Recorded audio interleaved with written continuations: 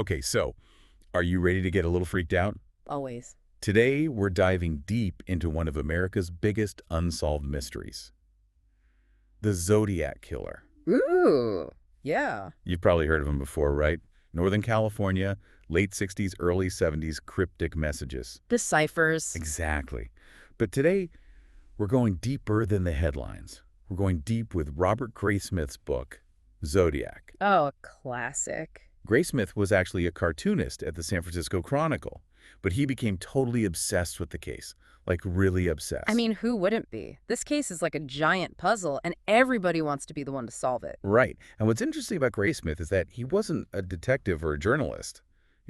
He was just a regular guy who got totally pulled into this vortex of ciphers and crime scenes. Yeah, his book gives you a real sense of how this case gripped the public. Everybody was talking about it, trying to decipher the messages and looking over their shoulders. It was like this collective nightmare. Totally.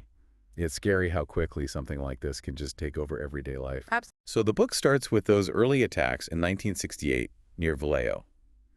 Betty Lou Jensen and David Faraday, they were shot while parked on a lover's lane. Classic lover's lane. I know, right? And then just a few months later, Darlene Ferrin and Michael Mageau were attacked in a similar way. Thankfully, Mageau survived. Right. And it's these early attacks that really set the tone for the whole case. They were so random, so brutal. The police had no clear motive, no connection between the victims. It was like the killer was just picking names out of a hat. It's terrifying to think about. Like, how do you even begin to protect yourself from something like that? And then, just when you think it can't get any weirder, the Zodiac persona emerges. He doesn't just disappear. He starts sending these letters to the newspapers. Oh, yeah. And these weren't just your run-of-the-mill letters. I mean, some of them were confession letters. He takes credit for the murders and boasts about them, even going so far as to threaten more violence. It's like he wanted to be famous or infamous, I guess. That's what Graysmith thought, too. He argues that the Zodiac was highly intelligent, not just based on the complexity of the ciphers. He believes it was the way he played the media and the police, like a game of chess. That's chilling. The Zodiac was very clever, including specific details from the crime scenes into his letters, things that only the killer could have known, like the bloody swatch of Paul Stein's shirt. Oh, that's such a disturbing detail. It was a way of proving his authenticity. It added this extra layer of creepiness to the whole thing. It wasn't just about attention for the Zodiac. He wanted to be feared. He wanted to be in control. Yeah, it's like he was reveling in the terror he was causing. Yeah. So how does Graysmith fit into all of this? What makes him decide to take on this case himself? Well, he gets frustrated, right? He sees that the official investigation isn't really going anywhere. He feels like they're missing something, that they're not connecting the dots. And he thinks he can do better. Well, he's certainly determined. He starts digging through police reports, studying public records, even going out and interviewing witnesses himself. Wow. Yeah, he's basically trying to piece together what the investigators are missing.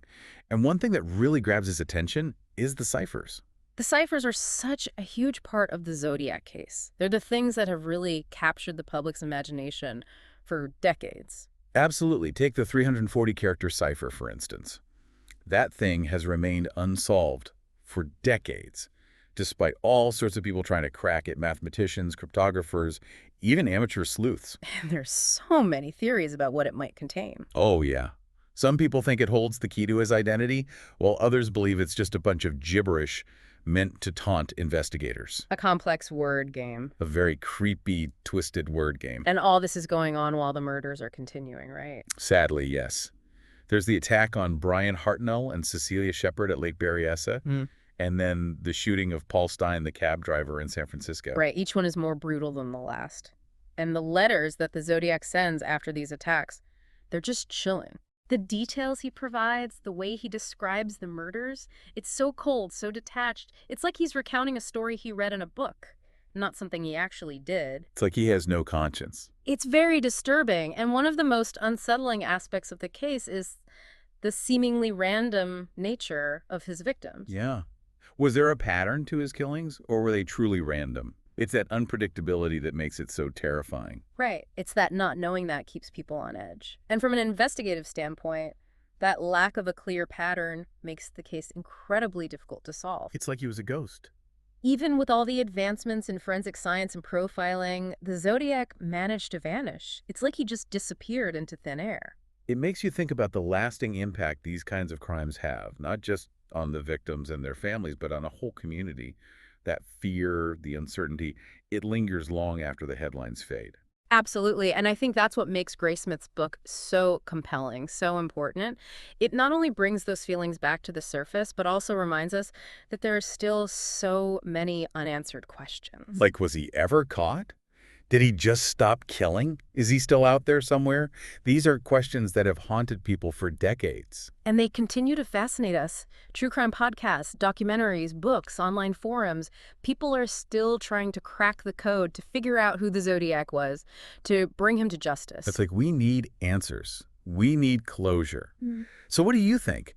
Could someone with such a distinctive and chilling communication style really vanish without a trace? It's the million-dollar question, right? I mean, think about it. He was writing letters, sending ciphers, interacting with the media. He was practically begging for attention. And then, poof, he's gone. It's almost like he wanted us to never forget him, to keep searching, to keep wondering. Maybe that was the game all along. Maybe, and maybe, just maybe, we already have all the pieces of the puzzle, but we just haven't figured out how to put them together yet. That's a chilling thought.